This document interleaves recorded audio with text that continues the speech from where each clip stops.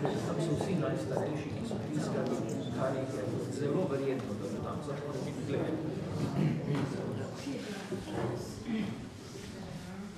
Komu naj priglasimo zdravnico branječmo zati, Bog našo nam deželo, Bog živi v slovenski svet. Brate vse, kar nas je, sinov slovenče matere. Brate vse, kar nas je, sinov slovenče matere. Slovenče matere. Živi nasi narodi, ki trpeli dočaka dan, da koder sonce hodi, prepiri sveta bo pregnan. Daroja, prost bo vsak, ne vrate sosed bo mejak. Daroja, prost bo vsak, ne vrate sosed bo, ne vrate sosed bo mejak.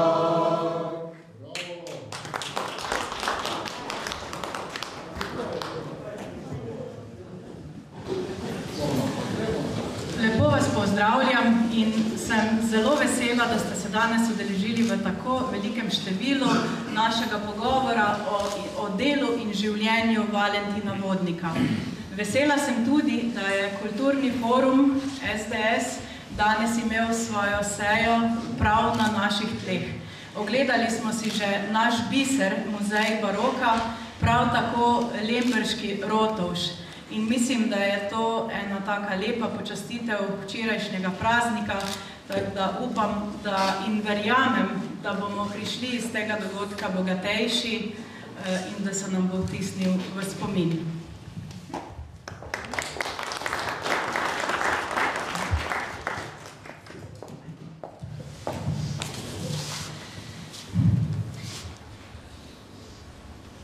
Jaz vam bom zaigrala Beethovna. Beethoven je bil Vodnikov sodržavljan. Živela sta namreč pod isto krono. Beethoven se je rodil, ko je bilo Vodniku 12 let in umrl, ko je bilo Prešernu, katerega dan smo včeraj praznovali, 23 let. Bil je torej sodobnik tako Vodnika kot Franceta Prešerna. Vsi trije so bili doma v isti državi, imeli so državljanstvo Svetega rimskega cesarstva do 1804. Po 1806. pa Avstrijskega cesarstva. Beethoven se je namreč preselil iz Bona na Dunaj.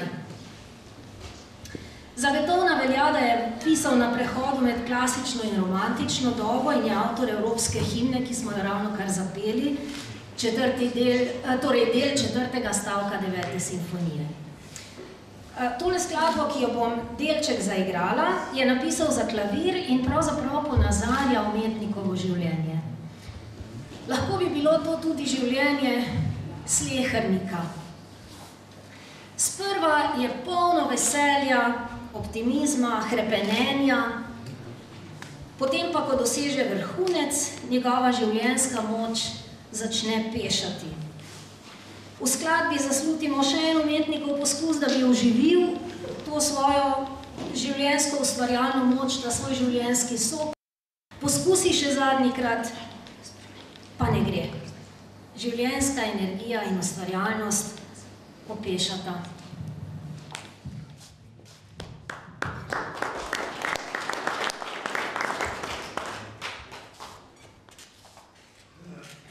Torej, optimistično, a ne se začne.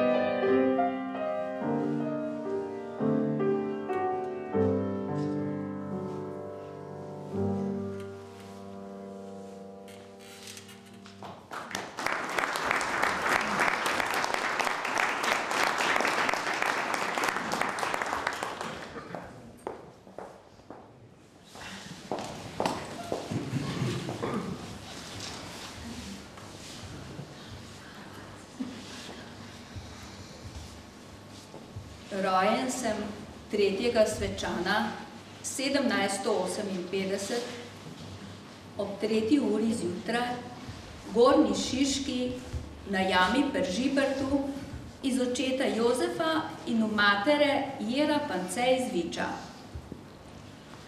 Dedec Jurij Vodnik je rojen v Šentjakobi, puni kraj Save. Se je priženil na trato pod goro nad Travljami k hiši Žibert. Potle kupi hišo v Šiški na jami, ime seboj prinesel v leti 1730, umr je 1774, star 85 let. Je rad delal in v vino pil. Večji del Vodnikov je pozno starost doživelo. 2 brata in ena sestra mojega deca so mene dostikrat pestovali in v potle hvalili, kadar sem pridno v šolo hodil. 9 let star popustim jegre, luže in udrsanje na jamenskih mlakah. Grem bolan v šolo, ker so mi obljubili, da znam nehati, kadar očem, ako mi uk ne pojde od rok. Pisati in v branje me je učil šolmašter Kolenec 1767, za prvo šolo stric Marcel Vodnik, frančiškanar v Novem mestu 1768 in 1769. Od 1770 do 1775 poslušam pri jezuitarjih v Ljubljani 6 latinskih šol. Tega leta me ženejo muhe v klošter frančiškanarjem, slišim visoke šole, berem novo mašo, se obljubam zavežem.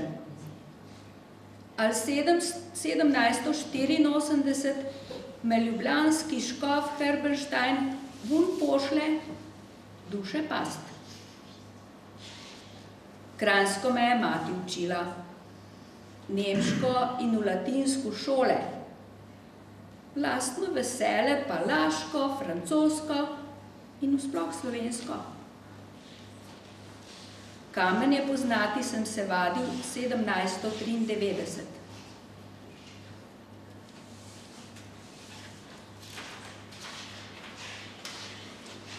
Z očetom Marka Pohlin, iskalzeatom, se iznanim 1773. Pišem nekaj kranjskega in zaokrožim nekatere pesme, med katerimi je od zadovoljnega Kranjca komaj en malo branja vredna. Vselej sem želel kranjski jezik čeden narediti. Baron Žiga Zois in Anton Linhart mi v leti 1794 naročita kalender pisati. To je moje prvo delo, katero tukaj vsem pred oči postavim, da se bodo smejali in z menoj potrpljenje imeli. Če bom živel, hočem še katero noro med ljudi dati. Naši nastopniki bodo vsaj imeli kaj nad nami popravljati in ubrusiti. Pisano na Gorjušah, v Bohinjskih gorah, 1. rožnocveta 1796.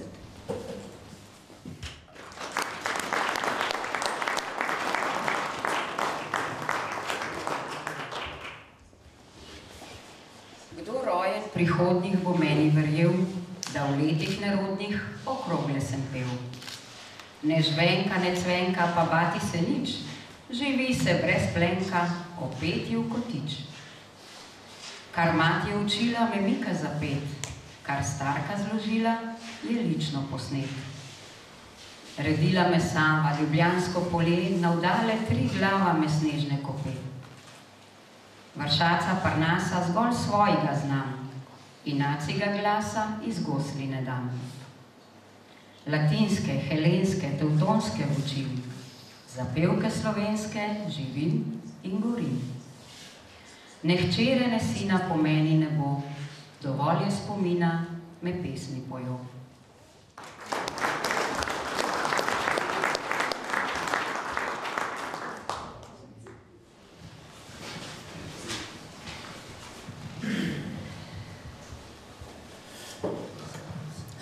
Zdaj bom pa recitirala Vodnikovo pesem Dramilo, z njo je hotel Slovencem blizu korajžo, vse imamo, samo korajže nam manjka mogoče, pa leni ne smemo biti. Torej, Slovenc, tvoja zemlja je zdrava in pred njim je roka lega najprava. Polje, vinograd, gora, morje, ruda, kupčija, tebe redi. Za uk si prebrisane glave, pa čedne in trdne postave. Iščete sreča, ti je dan, našel jo boš, a ti si zaspal. Lej, stvarnica vse ti ponudi, iz rok ji prejemat ne mudi. Lenega čaka, strgan rokav, palca beraška, prazen bokal.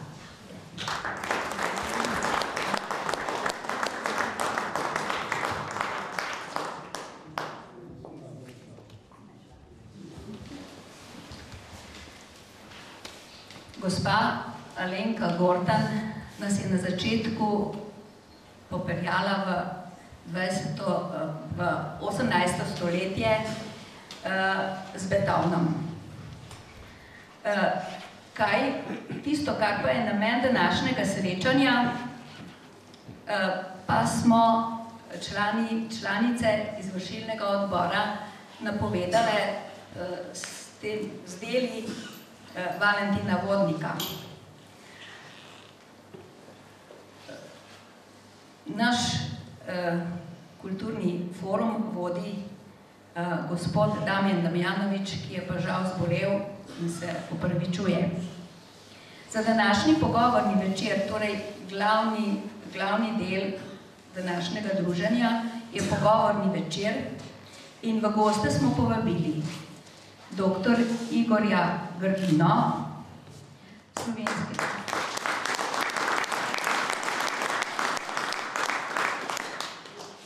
slovenskega zgodovinarja, literarnega zgodovinarja in libretista, in pa izrednega profesorja dr. Jonatana Winklerja,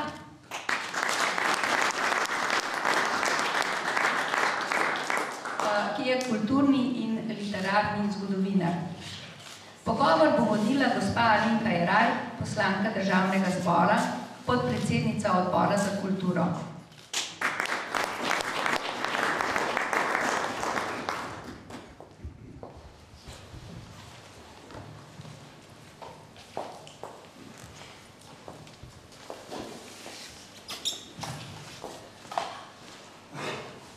Kot uvod, oziroma da se še bolj prestavimo v 18. stoletje, bom pa za začetek prebrala eno pesem.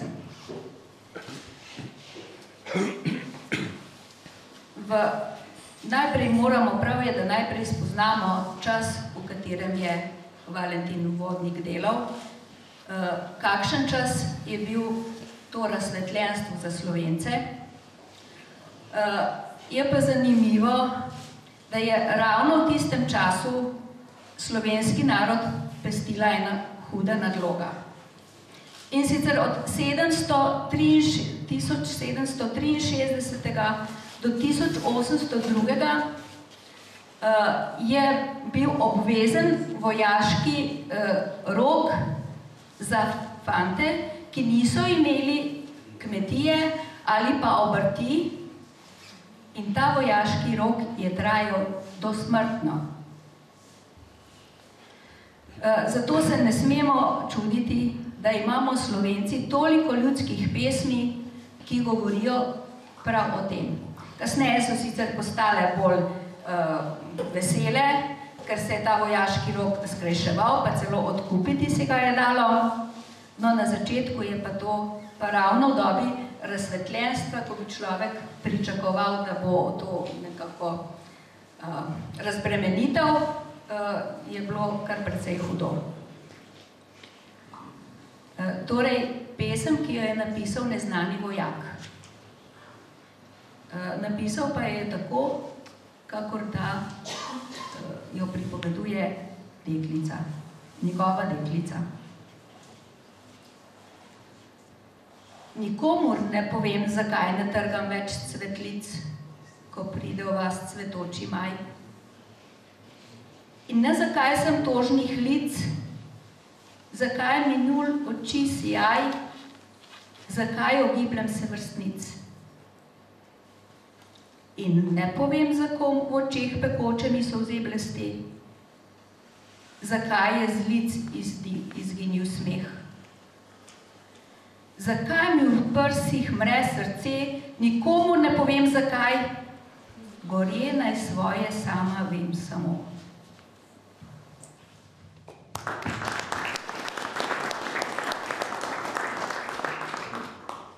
Hvala lepa, Marija. To je bil en tak lep uvod v tisti čas, o katerem nam bo pa nekaj več povedal dr. Grdina. Preden preidemo na Valentina Vodnika, bi osvetlili ta čas, v katerem je živel in delal. V čem je poseben, drugačen od življenja pred tem, kako se je v tistem času živelo v naših krajih? To je bil terezijanski čas, v katerem vstopamo v dobo, ki jo lahko vsaj za silo vsakdo razume tudi z današnjim pojmovanjem sveta. Medtem ko poprejšnji čas je pa vendarle bistveno drugačen, bolj negiben. Ljudje doživljajo življenje kot izmenjavanje letnih časov in prej ali slej se vse povrne. Medtem ko zdaj v obdobju modernizacije, nekako od začetka 18. stoletja naprej, pa čedalje bolj je vsako leto nekaj novega. To ne pride samo od sebe, ampak leta 1740, ko zasede prestol Marija Terezija, vladarica Marija Terezija, ki ne more postati cesarica, tisto uro pravzaprav, ko postane prvi človek v avstrijski monarhiji, jo napade Prusija. Majhna Prusija, vendar moderna država in ji utrga eno največjih in najbogatejših provinc, to je Šlezijo.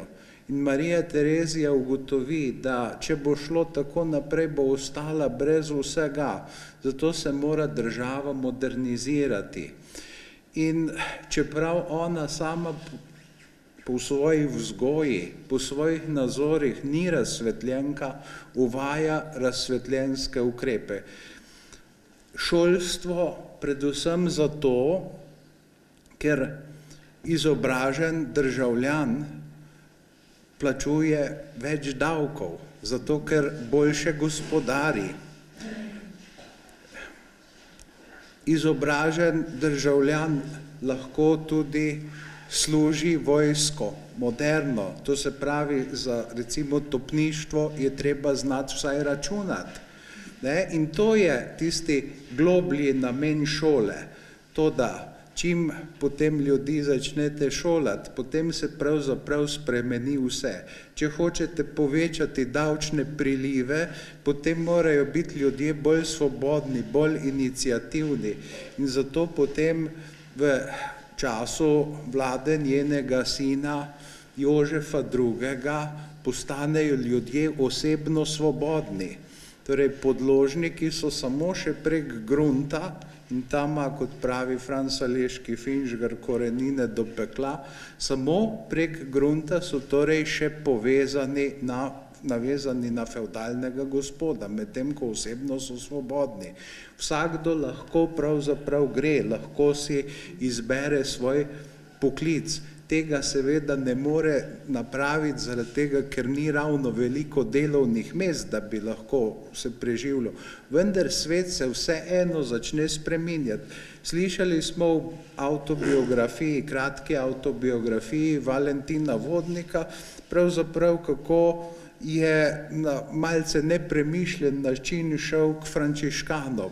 To je bilo iz nekega upora pravzaprav do staršev in si je takrat za zgled vzel svojega strica, ki ga je tudi omenjal, Marcela, in kot duhovnik se je izbral značilno ime Marcelijan. To se pravi nek omaž, neko počastitev strica. Ne? In potem, ker poznamo njegovo nadaljno življenjsko pot, tudi vemo, da ni bil posebej zadovoljen kot redovnik in je odšel pač v svetno duhovništvo, ne, kjer se je ta biografija nehala.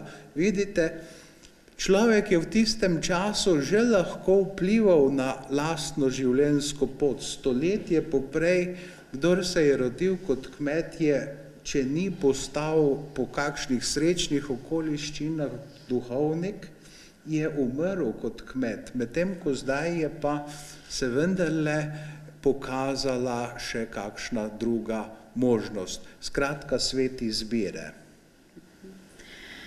Slovenski razsvetljenci so se zbirali v krožkih, kjer so spodbujali preporod slovenskega naroda in njegove kulture. Kdo vse se je vključeval in kako pomembna so bila ta srečanja v bistvu in kaj so nam Slovencem kasneje prinesla? No, zdaj tukaj je treba nekoliko pred teka za to vprašanje vzeti in upozoriti, da se Slovenci pravzaprav, ali pa niti ne le Slovenci, ampak preprosto prebivalci Kranjske, Koroške, Štajerske, ampak v mislih imam konkretno Kranjsko in Ljubljano, imajo tradicijo združevanja v kroške društva pravzaprav izpričano že od 16. stoletja. Namreč prvo slovensko društvo, oziroma prvo kranjsko, ljubljansko društvo, kjer so bili tako slovensko kot nemško govoreči, je društvo ostrostrelcev v Ljubljani iz leta 1562, ki kot strelsko društvo funkcionira še danes in je to najstarejša slovenska športna organizacija obstoječa. No, potem imamo neko obdobje ob koncu 17. stoletja in na začetku 18. stoletja z Akademijo operozov, kjer je zelo zanimiva pobuda za nastanek in sicer ti mladi intelektualci, ki so se takrat vrnili iz Evrope, recimo po velikih karierah, ki so jih naredili, so želeli iz Ljubljane narediti neko intelektualno razvito središče, nek novi Rim in podobno. No, v času, o katerem pa govorimo, je pa pravzaprav bilo tudi nekaj društev, preprosto najpomembnejša tovrstna družba, ki je takrat delovala, je bila filharmonična družba, ki nastane leta 1794 in potem konča po prvi svetovni vojni z delovanjem, uradno pa je iz registra izbrisana v 30 letih prejšnjega stoletja. No, poleg tega pa imamo še neformalne družbe, krožke, ki so verjetno Valentina Vodnika oblikovali pomembneje kot recimo njegovo članstvo v filharmonični družbi, v kateri je od leta 1796. V mislih imam seveda krog okrog Žige Zoisa, kjer so se gibali zelo, zelo raznorodni ljudje, od šolnikov, teologov, kirurgov in tako naprej. Velja pa opozoriti še na eno stvar. In sicer takratno slovensko realnost zaznamuje praktično odsotnost recimo plemiške podpore temu tovrstnim intelektualnim podjetjem. Recimo, če pogledamo za nek kontrastiven pogled v en češki prostor, potem recimo v Pragi najdemo takrat, ko se začne češki narodni preporod, to se pravi v zadnjih 2 desetletjih 18. stoletja, najdemo 3 velike salone, kjer so ljudje, ki so njihovi ustanovniki, tako visoki člani hierarhije, da lahko potem določene stvari za ljudi v teh salonih tudi uredijo. Recimo v mislih imam Bornovski salon, pa salon obeh Šternbergov, in sicer kneza Šternberga in pa grofa Šternberga Manderscheida. Zakaj jih omenim? Pa seveda Nosticov salon. Zakaj o tem govorim? Zaradi tega, ker je se tam zgodil en zelo zanimiv primer, to je primer Jozefa Dobrovskega, ki je pravzaprav začetnik češkega narodnega preporoda. In sicer ti plemiči preprosto dajo Dobrovskemu štipendijo, angažirajo ga kot učitelja svojih doraščajočih plemških sinov, mu dajo možnost, da celo življenje študira, raziskuje, popotuje, pa pri tem praktično niti en dan ne predava na univerzi, recimo.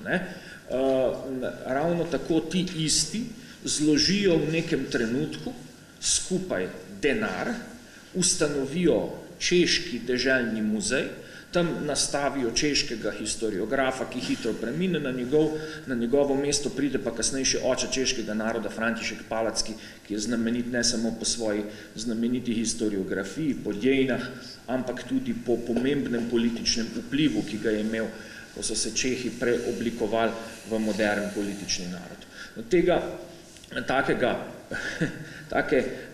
Take podpore strani plemstva pri nas seveda ni, kajti edini tisti človek, ki je omogočil, recimo, na eni strani tako Linhartu, Kuraltu in pa seveda današnji zvezdi Večera, Valentinu Vodniku, neko dost veliko, dost intenzivno tudi interakcijo s knjigami, je bil v osnovi samo Žiga Zois. On je tudi imel zelo, zelo veliko knjižnico, on je te knjige sistematično kupoval po celi Evropi, strašno se je recimo pritoževal za obdobje ilirskih provinc, ko je bila zapora knjig in ni bilo mogoče to kupiti.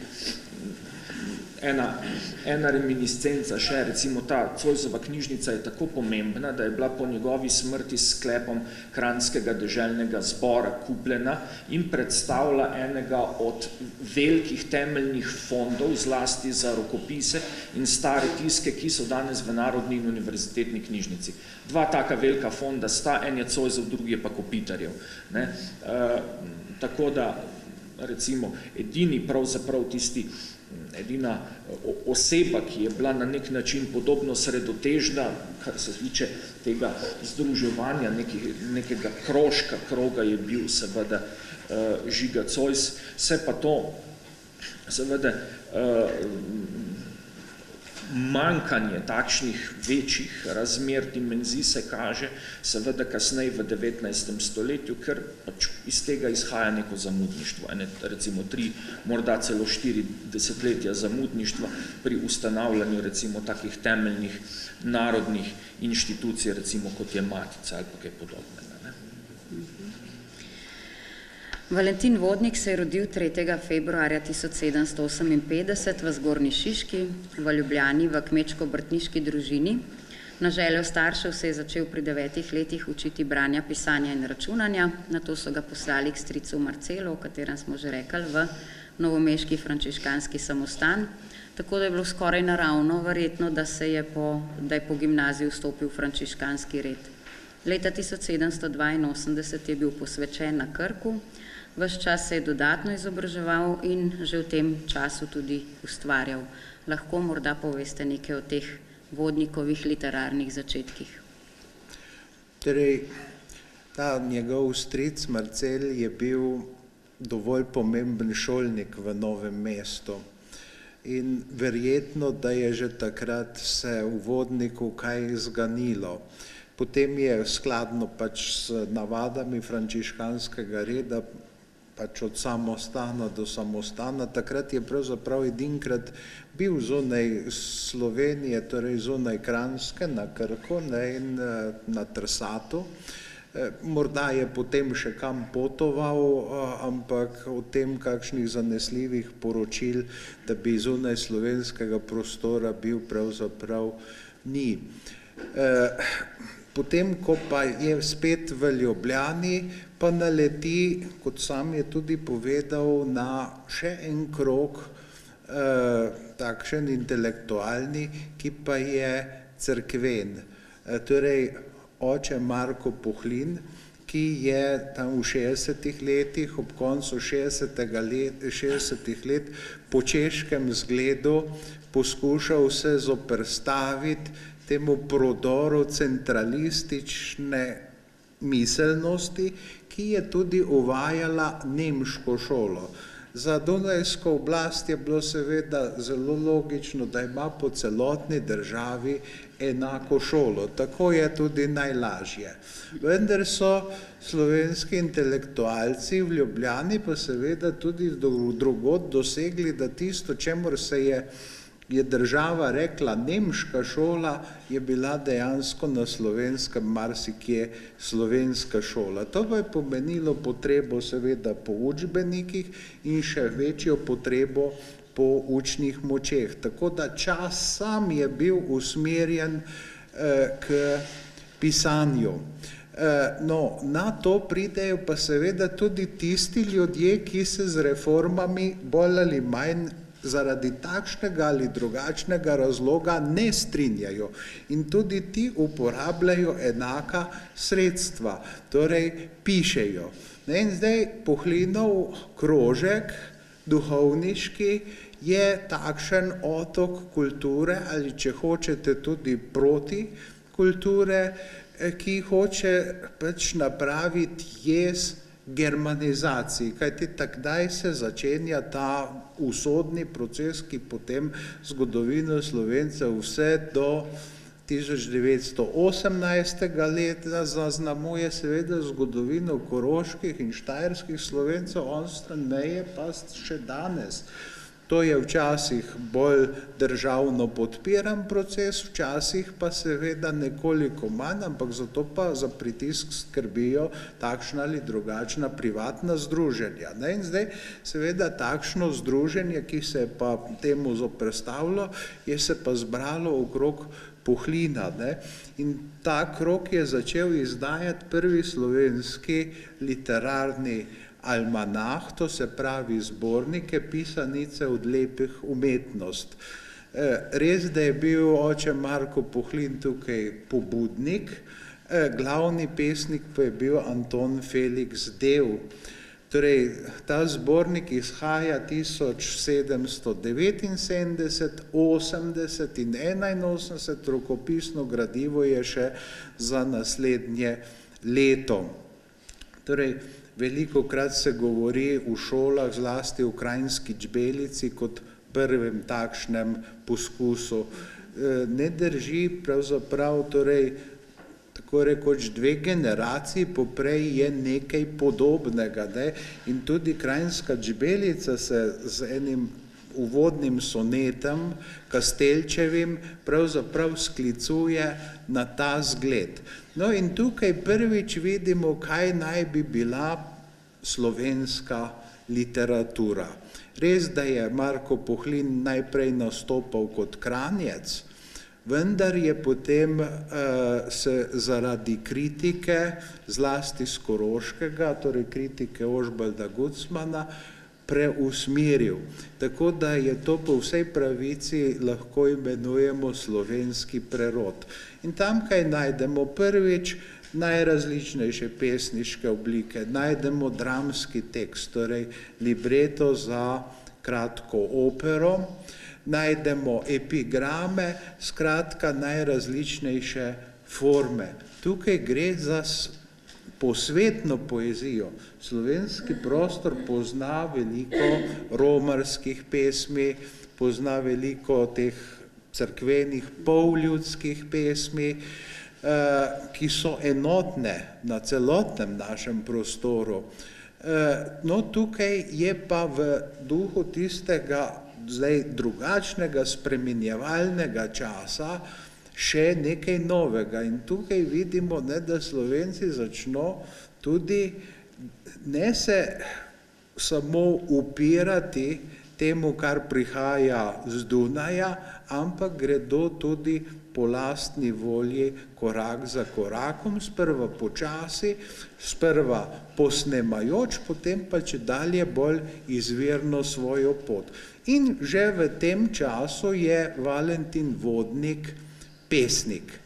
Sam pravi, precej kritično, da je malo branja vredno, torej Zadovoljni Kranjc, ki ga je potem temeljito predelal v obdobju, ko je iz tega prvega krožka prestopil v Zoisov krog, ki je bil pa mu ponujal neko precej bolj ambiciozno kulturno zaledje, kajti Zois je imel za sabo italijanske šole, bila mu je všeč vsaj deloma tudi predromantična kultura, ki je zdaj začela cveteti v Nemčiji, in to je Vodniku odprlo vsaj okna, če že ne vrata, v kulturni svet. Leta 1972, ko je služboval na Koprivniku nad Bohinjem, se je seznanil z Žigo Zoisom, oba sta ga v bistvu že omenila in ta je pomembno vplival nanj. Lahko kaj več poveste o njunem odnosu in sodelovanju? V zvezi s Zoisom je treba poudariti, da je bil Zois nek zanimiv primer človeka, ki mu slovenščina ni bila materinščina, ampak je v njej izjemno lepo od nekega trenutka, ko se je sam odločil, da bo tako napredoval in bil potem v njej pravzaprav zelo virtuozen celo. V njihovi družini namreč sta bila tudi za Zoisa prva jezika, seveda najprej italijanščina in nato nemščina, oboje je znal izjemno dobro. Bil je, ampak od nekega trenutka, ki pa se začne sistematično ukvarjati s slovenščino, pa postane preprosto v njej tako kompetenten, da potem tudi zelo dobro in učinkovito prevaja. Ne karkoli. V mislih imam nek prav poseben prevod, ki ima še dodatno pomensko težo, kajti ob koncu 18. stoletja, v nekem trenutku, v nekem obdobju, ko v Ljubljani množično gostujejo italijanske operne skupine, on in Anton Tomaž Linhart prevajata tiste najbolj hit kuplete oziroma hit kupleje. Skratka, tiste arice, ki so žele največje odobravanje, prestavita v slovenščino. Ena taka je, mislim, da se bom spomnil, o preljube ženice, ko bi vas na sveti ne bilo, nadlepše v svati bi bilo. Ali veste poredne, obetatle znate, pa vsacga golfate, že veste kako. Zdaj, sam prevod seveda kaže neko zmožnost slovenščine, še bolj pomembno pa je, da gre tukaj za prevod slovenščine v takrat in verjetno še danes najbolj kompleksnem, najbolj reprezentativnem glasbeno-scenskem žanru, to je operi. Na nek podoben način, kot je bila prelomna raba slovenščine v 16. stoletju, v teologiji, v številnih žanrih, ki se do takrat niso v slovenščini zagotovo ne prakticirali, je bila prelomna raba slovenščine v tako pomembnem, v tako pravzaprav testnem žanru, kot je bila opera. V obdobju, o katerem govorimo, je seveda zmožnost nekega jezika, da se v njem napiše libreto in da je ta libreto tudi speven, kar so mimogrede šli potem preizkusiti na Dunaj k samemu Pietru Metastasiju, je to seveda pokazalo na status jezika in govorcev. Kar se tiče pa Zoisove pomoči Linhartu oziroma Zoisove pomoči Vodniku, je bila pa ta precej eksplicitna. Mi imamo ohranjena pisma, v katerem recimo Zois daje zelo take utemeljene slogovne nasvete in upozarja Zois Vodnika, citiram, naj svojih strun ne napne previsoko. V bistvu ga je želel opozoriti, da morda neka pozno baročna ali rokokojska seveda tekstna poetika morda se ne bo srečala z najbolj dobrim ali pa z najbolj razumevajočim bralcem slovenskim, ki je pravzaprav, kot je rekel profesor Grdina, imel prej komaj da eno knjigo, eno pesemsko knjigo predteka oziroma te že omenjene pisanice od lepe umetnosti. Potem ga opozarja tudi na razlike med visokim, nizkim slogom in tako naprej. Skratka, Zois je izjemno razgledan človek. Kompetenten, velika knjižnica in tako naprej, bil je tudi zelo večplasten, kajti bil je gospodarstvenik, mecen, mineralog, toda kot plemič, kot zemljiški posestnik je bil pa popolnoma neskrupulozen. Je imel, mislim, to, če bom se zmotil, da bo profesor Grdina in tako pravil, namreč mislim, da je bil prav na njegovem posestvu Brdo zadnji slovenski kmečki upor, ko je rihtal tam ene razmere in tako naprej. Ne. Skratka, od Zoisa je Vodnik prejel tisto šolo, ki bi jo morda, vsaj deloma, neformalno, seveda možnost se izobraziti, razgledati, vsaj deloma, ki bi jo, če bi hodil kam na artistično fakulteto, recimo kam v Italijo, tam bi bilo to del poklica, tukaj je bilo pa del njegovega zanimanja. Tudi sicer, recimo, ne, če berete tekst, ki je bil prej recitiran, vidite to mentaliteto self-made man, človeka, ki se sam izdela z praksa, naredi samega sebe, vidite tako v Vodnikovi biografiji, kot v njegovih tekstih. To preseva. Vodnik je pravzaprav v enem delu samega sebe z delom naredil tudi kasneje, če bomo še kaj o tem govorili, kot slovničar, kot častnikar, kot izdajatelj in tako naprej.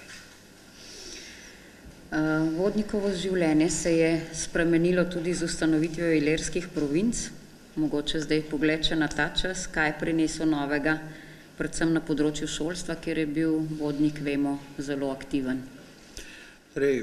Ilirija ni bila ustanovljena zaradi prebivalcev ilirskih provinc, pač pa zato, ker je hotel Napoleon avstrijsko monarhijo odrezati od morja. To pa je hotel storiti zato, da bi ustvaril učinkovito kontinentalno blokado proti Veliki Britaniji. In potem vemo iz spominov maršala Marmona, najmlajšega Napoleonovega maršala in najbolj izdajalskega.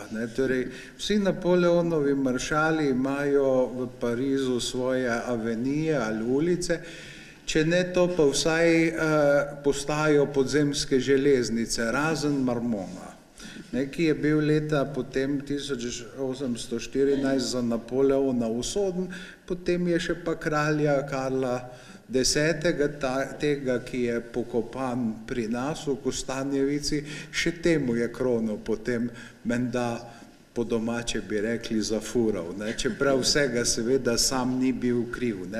Torej, Napoleon mu pravi, tako pravi Marmon, dragi moj maršal, vi boste mejni grof. Delali boste pravzaprav, kar boste hoteli. Na eni strani je torej francosko veliko cesarstvo, na drugi strani je Turčija, na tretji strani je Avstrija. Ste na izjemno pomembnem položaju. Nihče o Iliriji kaj velikega ni vedel, zato se bo moral kar sam odločiti in nad maršalom Marmonom je bil v upravnem smislu samo dve francoski ministrstvi, in sicer finančno, ki je določilo, koliko lahko porabi, ampak zakaj, to je pa njegova stvar. In maršal je potreboval zelo veliko za svoje kemijske poskuse, pa za laboratorij, ki se ga je ustvaril v kleti nadškofijske palače, pa seveda za trop 80 psov, ki jih je po deželi vodil na lov. Torej, skratka, bil je en precejšen uživač življenja. Samo seveda na drugi strani, torej drugi omejitev je bilo pa vojno ministrstvo. Torej, toliko in toliko vojakov pa mora Ilirija dati francoskemu velikemu cesarstvu. In vzdrževati se pa v glavnem mora sama. Zdaj, kako naj to napravi? Maršal Marmon je naredil najprej eno velikansko neumnost. Zastavil je zemljiško rento krajnskim mestom, ki so mu dala nekoč eno posojilo. Zato ni mogel odpraviti feudalizma, ker potem ne bi bilo jamstva več za to odplačilo. Edino, kjer se je lahko zares vsaj malo zbližal s prebivalstvom, kajti oblast je vendarle odvisna od prebivalstva, če ne se začne to upirati, je bila pač šolska politika, pa petinska oprostitev, torej 1/5 teh fevdalnih dajatev je bila odpisana, ampak zato so pa prebivalci dobili pa moderne davke, ne, tako da kakega polajšanja pravzaprav ni bilo. In vse, kar so Francozi pravzaprav dali prebivalcem tega prostora, je bilo šolstvo, ne. Tega pa sami niso mogli napraviti in so rabili takšne ljudi praktične, kot je vodnik. Pravzaprav tudi ne kakšnih velikih učenjakov, ampak tistih, ki bojo učenost posredovali navadnim ljudem.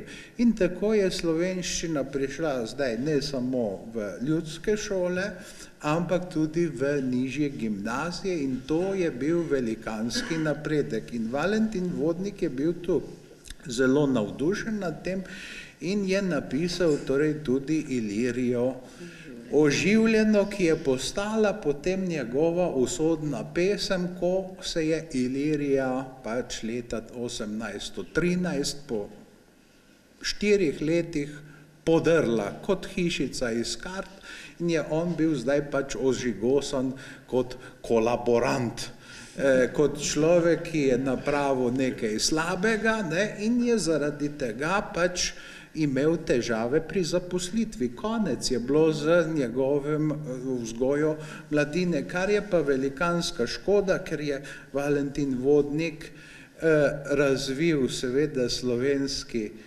slovničarski jezik, to je vendarle torej pismenost ali gramatika za prve šole, prva samo v slovenščini napisana slovenska slovnica. Prej so bile v nemščini ali pa dvojezične, ne. Skratka, pa še seveda za druge predmete različni učbeniki. Pa Vodnik je bil tudi kot takšen praktičen človek,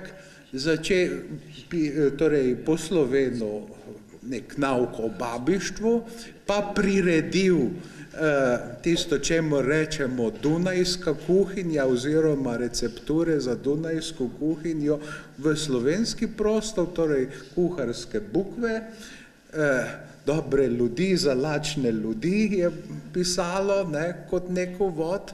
In še razne takšne priročnike, ne smemo pa pozabiti, da je še prej bil časnikar. To, kar se nam danes zdi samo po sebi umevno, da nas obdaja vse v slovenskem jeziku, to takrat ni bilo samo po sebi umevno in bilo je cela skupina strok, ki so se samo v nemščini odvijale, ne.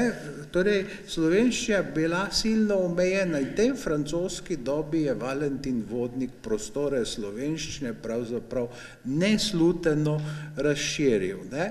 Zato je pa plačal seveda velikansko ceno, pa še potem v tem duhovnem smislu, pa ker je bil tako uspešen v tej francoski meddobi, se je pa zameril drugemu človeku iz kroga barona Zoisa, nekoliko mlajšemu Jerneju Kopitarju, ki je šel medtem na Dunaj, no in potem pokazal svojo pravo barvo. Gotovo bi Kopitar lahko Vodniku potem ob vrnitvi pomagal, vrnitvi avstrijskega režima, ampak mu ni. Razširil je en cel kup govoric, kak slab duhovnik da je bil, ne. Torej, slab duhovnik, da ni znal niti Oče naša po latinsko do konca, pol je pa kar nasred začel po slovensko, ker Bog pač vse jezike razume. To seveda ni niti malo res, ker je Vodnik odlično znal latinsko, je znal odlično grško, kar je dokazano z njegovimi dovolj dobrimi prevodi, ne. Skratka, vidite, da Slovenci so že takrat imeli ne samo razmere, ampak predvsem razmerja. Faušijo, ne. Mogoče bi še, ja, doktor Winkler, kar tukaj nadaljeval.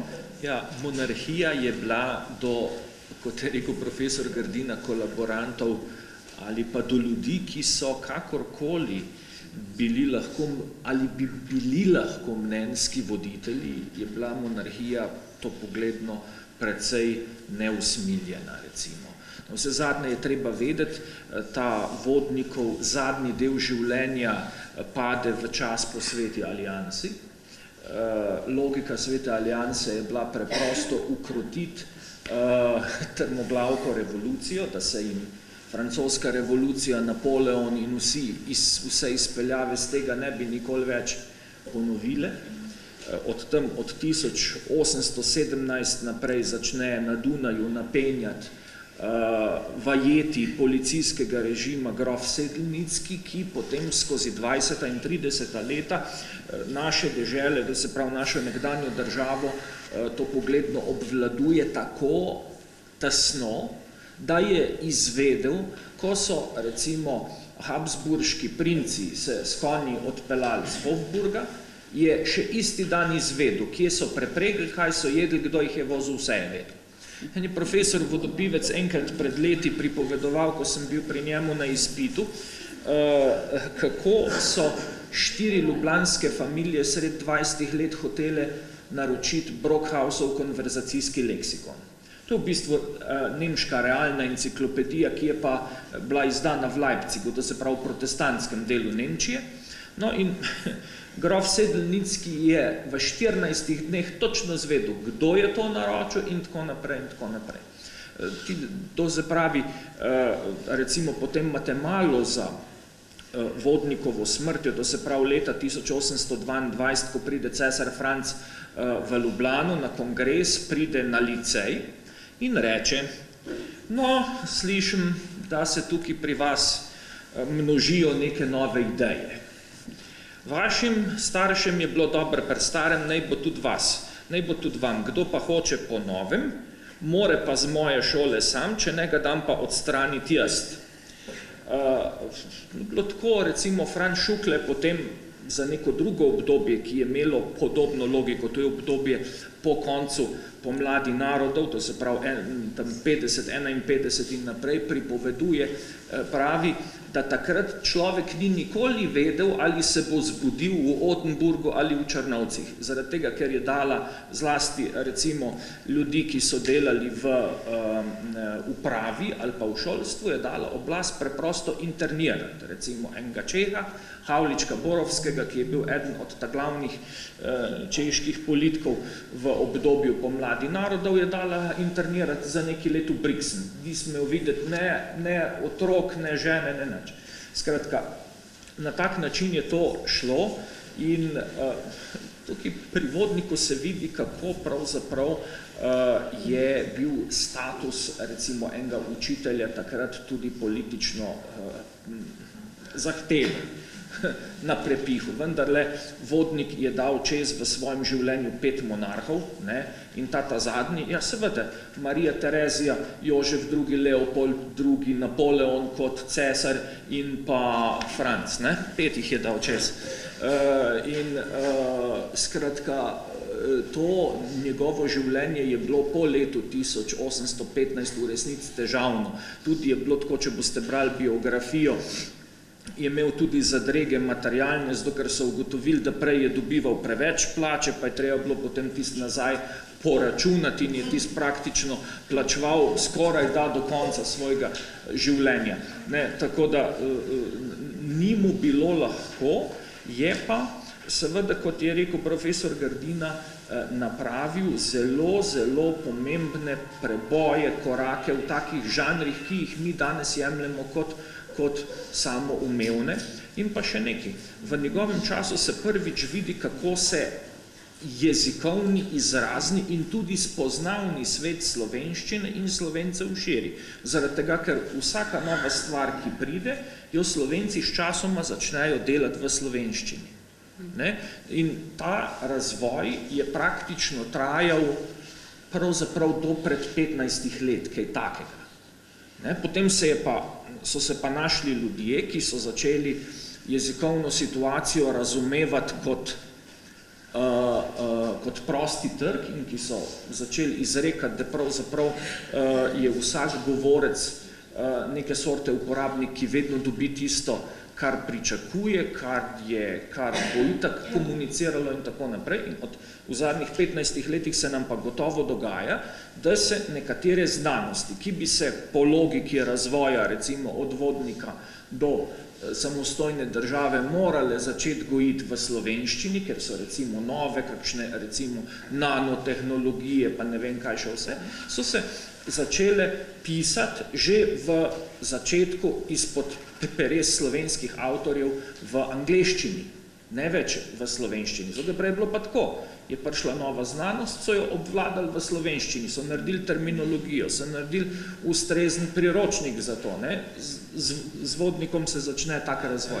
No, v zadnjih 15 let ni to več tako zelo samoumevno, zato se bo verjetno treba v nekem trenutku resno začeti pogovarjati o slovenski jezikovni politiki.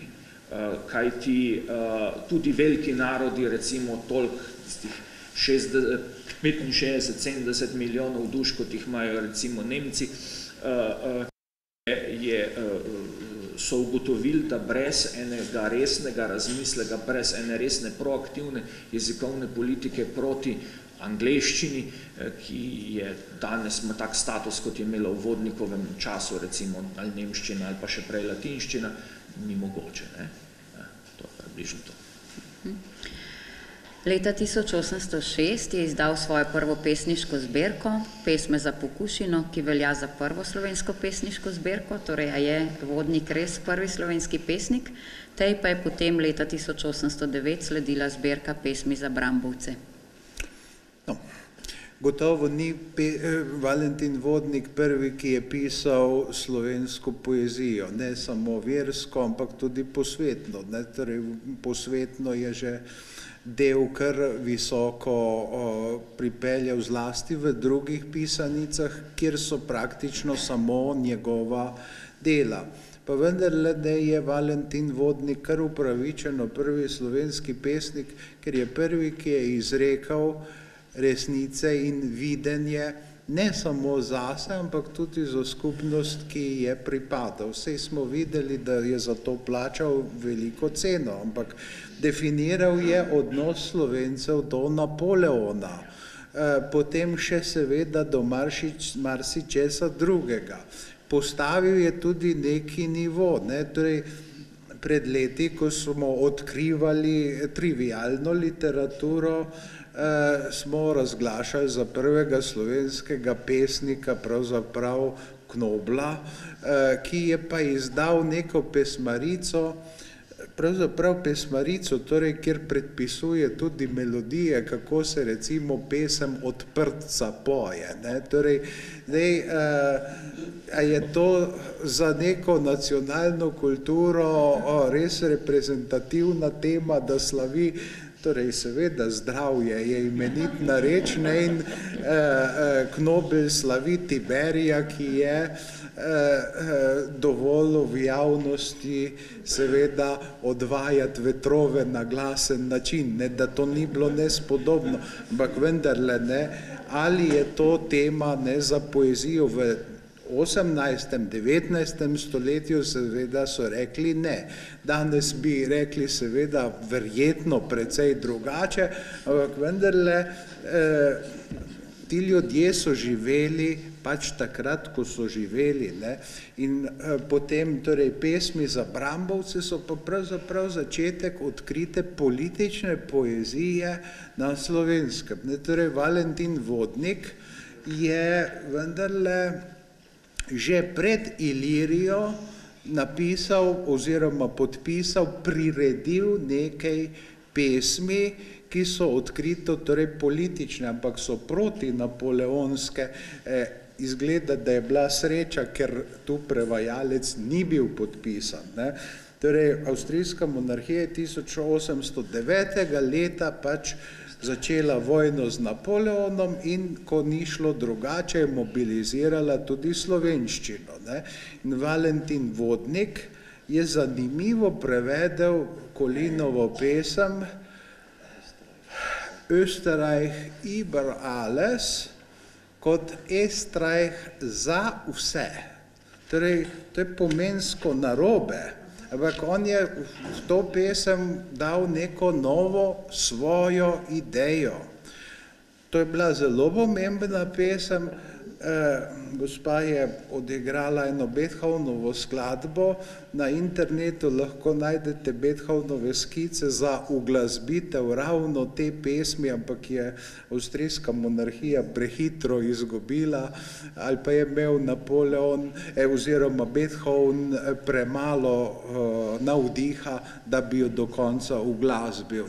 Skratka, to je bilo eno precej veliko in dramatično dogajanje, kjer je spet v osredju vodnik.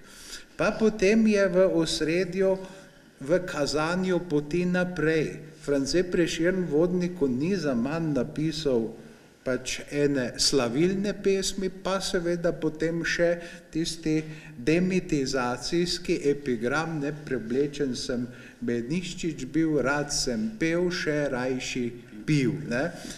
Vodnik je bil učitelj Franceta Prešerna, ampak neobveznega predmeta italijanščine. Veste, ker avstrijska oblast vendarle ni iz vodnika potem hotela napraviti socialnega primera ali pa podpiranca, ampak so mu dovolili, da je ta fakultativni predmet poučeval. In torej v tem smislu se vodnik kaže pač kot prvi slovenski pesnik, ker povzema poprejšnjo izkušnjo. On sloveni tudi verske pesmi, torej latinske, in na drugi strani seveda odpira prostor za prihodnjo slovensko poezijo. Sodeluje pri pisanicah v baročno-rokokojski smeri, klasicizem po Zoisovem zgledu in odpira vrata v romantiko, torej s to vezjo preko Franceta Prešerna. V tem smislu je vodnik seveda prvi slovenski, ali če hočete, vse slovenski pesnik, čeprav ni najboljši pesnik tiste dobe. Torej Urban Jarnik je gotovo zmožnejši pesnik. Urban Jarnik je pesnik, ki ga takrat prevajajo, ki mu Franz Schubert v glasbi eno izmed pesmi, in tako dalje. Lahko bi še naštevali zmožne ustvarjalce tiste dobe, toda centralna figura je Valentin Vodnik. Torej, a je morda Valentin Vodnik prvi slovenski novinar? Vemo, da je veliko časa posvečal prvemu slovenskemu časopisu Ljubljanske novice, ki ga je urejal in vanj tudi pisal. In morda nekaj o tem prvih. Zagotovo je prvi slovenski novinar, in sicer, da si boste predstavljali, kako je ta prvi slovenski časnik izgledal. Bil je formata male osmerke, to se pravi približno toliko kot moja iztegnjena pet, je meril 16 cm po vertikali. Izhajal je najprej prvi 2 leti dvakrat na teden, ob sredah in sobotah, potem enkrat na teden. Vsega skupaj je bilo to 12 strani v vsaki ediciji in tistih 12 strani je moral napolniti Valentin Vodnik s svojim pisanjem. Zdaj seveda, če greste brati to njegovo časnikarsko produkcijo, vidite, da gre pravzaprav za povzetke novic iz velikega sveta, posredovane Slovencem. Gre za začetek, kot je bilo ugotovljeno ob neki priliki slovenskega časnikarskega sloga. In pa seveda za nekaj, kar se razvije šele kasneje kot recimo časnikarstvo v slovenskem jeziku. Ampak da boste imeli nek pregled, kolikšna magnituda je bila to takrat, naj omenim še eno drugo figuro iz slovenske nacionalne, kulturne, literarne zgodovine. Delati časnik, kot ga je delal na začetku Vodnik, je približno tako zapleteno in tako težko v tistih razmerah, kot kasneje Josip Jurčič, ko je moral slovenski narod kdaj dobesedno sam napisati. To je bilo, dobesedno so tisti, ki je takrat delal, častnik je pravzaprav moral biti izjemno priden, tudi izjemno hiter, tako da vsaj v zvezi s temi ljubljanskimi novicami ne drži čisto tisto, kar je nekoč Zois v enem pismu napisal, ko je označil vodnika z besedno zvezo nicht Napoleon, ne? To se pravi ni hiter kot Napoleon. Ne? To seveda pri temu ni bilo mogoče. On je mogel namreč tistih 12 strani prvič spisati, dostaviti stavcu, skorigirati, pa 2krat na teden je morali zid. Tisti, ki imate s tem poslom kakorkoli upravka, ali kot pisci, ali kot uredniki, vete, da je to napeklenska tlaka. Ne? In je to kar uspešno delal 4 leta, tako da je pravzaprav ga štejemo za začetnika slovenskega časnikarstva v slovenskem jeziku.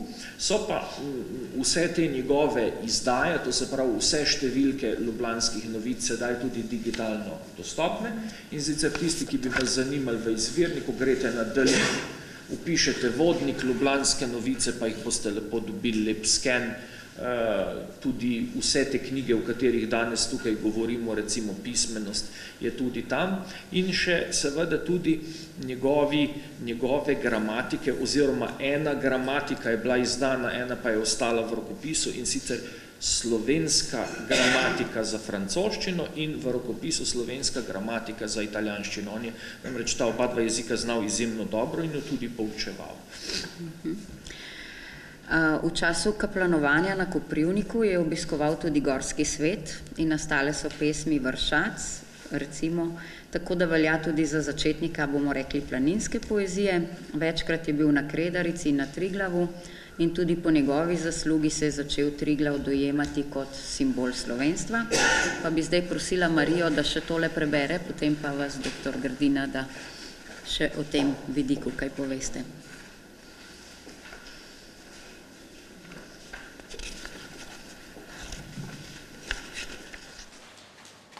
Na Vršac mi stopi in sedi, neznan svet se tebe odpre. Glej, med sivo plešo sredi zarod žlahtnih zel cvete. Sklad na skladu se vzdihuje golih vrhov kamni zid. Večni mojster ukazuje, prid, zidar se les učit. Divja koza prosto skače, od muk daleč je govet, planšar z binko po domače, lovec išče v snegu sled. Ak vihar drevi valove, zbegne v skale plašni trop. Stresa votli glas bregove, giba grom nebeški strop. Jasno sonce kmal zaseje, iz jezer 100krat blešči. Star macese naredi veje, vetru zimi v bran stoji.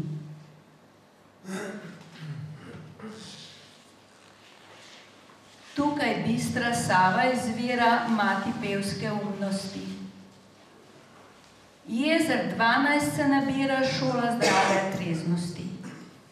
Tja poglej, na višave, kjer Triglav kipi v nebo. Štej snežnikov goličave, kar dozre najdal oko. Tamkaj ravno Furlanijo, Benečansko zad morje, dol globoko Hrvatijo, Švajca bele gor glave. Bliz je polje Korotana, orad vidim Štajerca. Bližnji sosed mi Ljubljana, Zilska, Trolska planšarca. Pod velikim tukaj Bogom brez telesen bit želim. Čistga hlipa sred med krogom menim, da že v neb živim.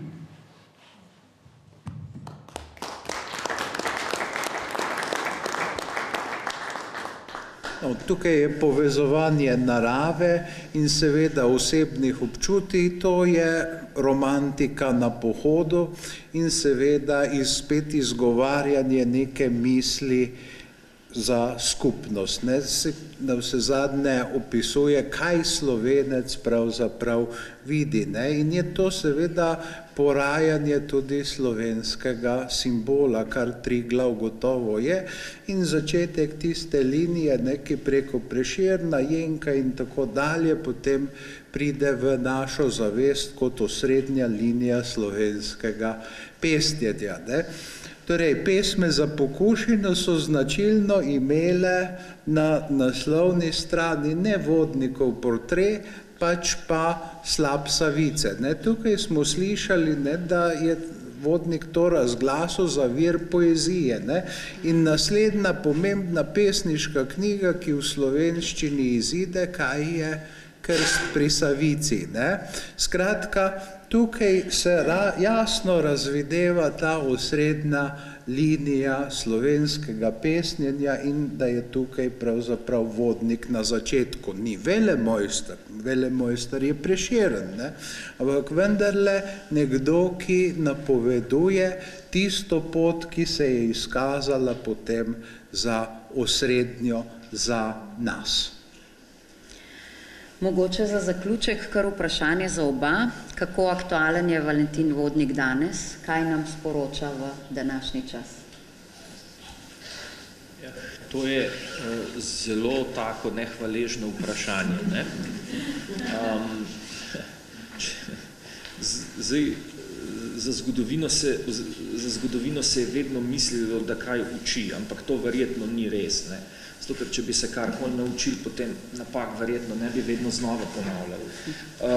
Mogoče pa je iz te njegove biografije marsikaj razbrati, namreč zagotovo je neka kulturna zaveza slovenska, da reči, na katerih v začetku razvoja stori prav Vodnik, da z njimi rokujemo s primerno skrbnostjo in da skušamo k temu pač priložiti po svoje tisto, kar največ znamo in zmoremo. Kar se tiče seveda jezikovne rabe, je to nek Vodnikov poseben poudarek na neki lepoti, tudi na virtuoznosti rabe, na dobrem poznavanju slovenskega izrazja. Če berete recimo njegov uvod v kuharske bukve, pravi Vodnik, ni reči v kuhinji, za katere se ne bi v slovenščini najdel ustrezni izraz, zato vam ni treba rabiti nemškega. Seveda, tukaj je tle vzadje nekoliko bolj zapleteno, pa zgodba s purizmom, pa tako naprej, ampak v osnovi je tako. Če smo nekaj prejeli, potem je vendarle na nas, da tisto vsaj ohranimo v intaktnem stanju za naslednike. To seveda v družbi, ki je vse prej kot statična, pomeni, da je treba narečij delati. To preprosto pomeni.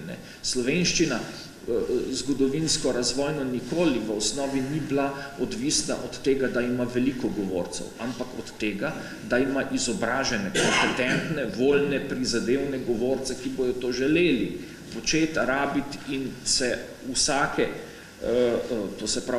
predmetnosti, ki se jo na svetu polastijo, to želeti izrekati s slovenskim jezikom. Mislim, da je to verjetno ena največjih reči, ki jih v Vodnikovem opusu razberemo. Pa ne je šlo za kuharske bukve ali pa ne je šlo za pesmi, po katerih smo ga danes verjetno najbolj tehtali in brali. In še neki, Vodnik ni bil jamravc. To pa ni bil. On je bil v bistvu zelo antislovenska.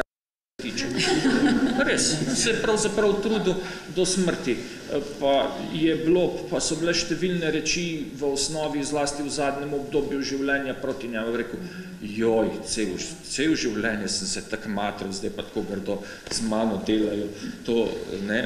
Skratka, ni bil jamravc, tudi to je ena zgodba, ki je verjetno ni tako nepomembna pri Slovencih, je pa zagotovo eden od prvih avtorjev slovenskega literarnega kanona, slovenskega intelektualnega, duhovnega panteona, zato se takrat, kadar se o njem pogovarjamo, seveda je treba tudi tako primerno vesti do tega. Torej, vztrajnost za tisto, za kar se človeku zdi vredno zastaviti življenje, prepričanje in seveda potem ne glede na okoliščine iti naprej po tej poti. To je pravzaprav Valentina Vodnika življenjska izkušnja in seveda s tem nas verjetno tudi najgloblje nagovarja tudi vse generacije, ki prihajajo za njim.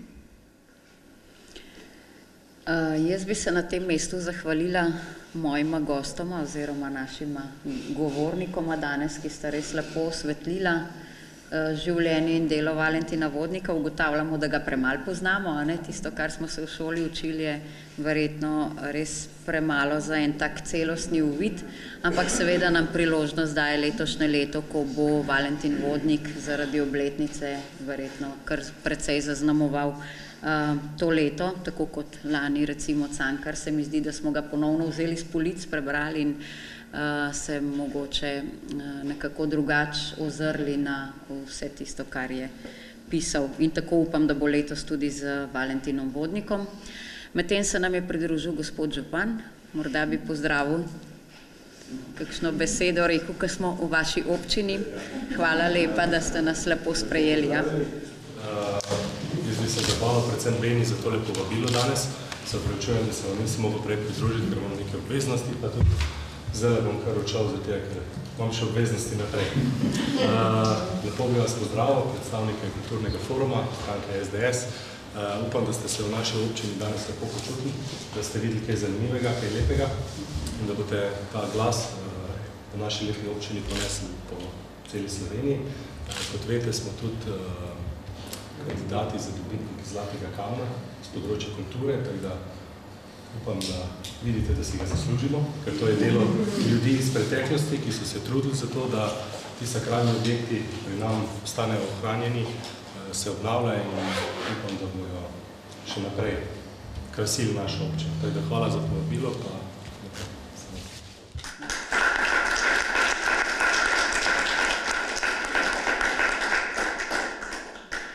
Marija, bo še kaj povedala? Ne? No, mislim, da smo. Mislim, da bomo res šli danes bogatejši od tukaj. Spoznali smo pravzaprav ali znova obudili to znanje o Valentinu Vodniku in najbrž ugotovili, da je bil to eden tistih zaslužnih Slovencev, da tako majhen narod, kot je slovenski, da smo pravzaprav preživeli, da smo pravzaprav razvili svoj jezik, svojo kulturo, da imamo veliko, veliko takih stvari, vsaj na kulturnem področju, kar nek drug večji narod, česar drug večji narod sploh nima. In propadli so večji narodi. Slovenski narod je pa obstal. Verjetno po zaslugi ravno takih velikih mož, kot je bil Valentin Vodnik. In gospod dr. Winkler je omenil, kaj delamo danes. Res je, v dosti težjih pogojih se je slovenski jezik ohranil. Cankar je rekel, smo razvili v avstro-ogrski večji narodu, smo razvili svoj jezik do take višine, da je kras. Upam, da zdaj v teh časih, ko si pravzaprav za nas najbolj ugodni, da ne bomo vsega tega zapravili.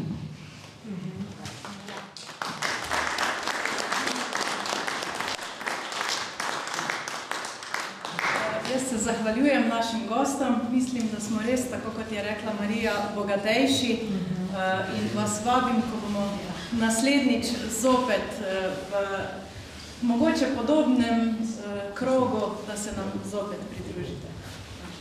Alenka, najprej.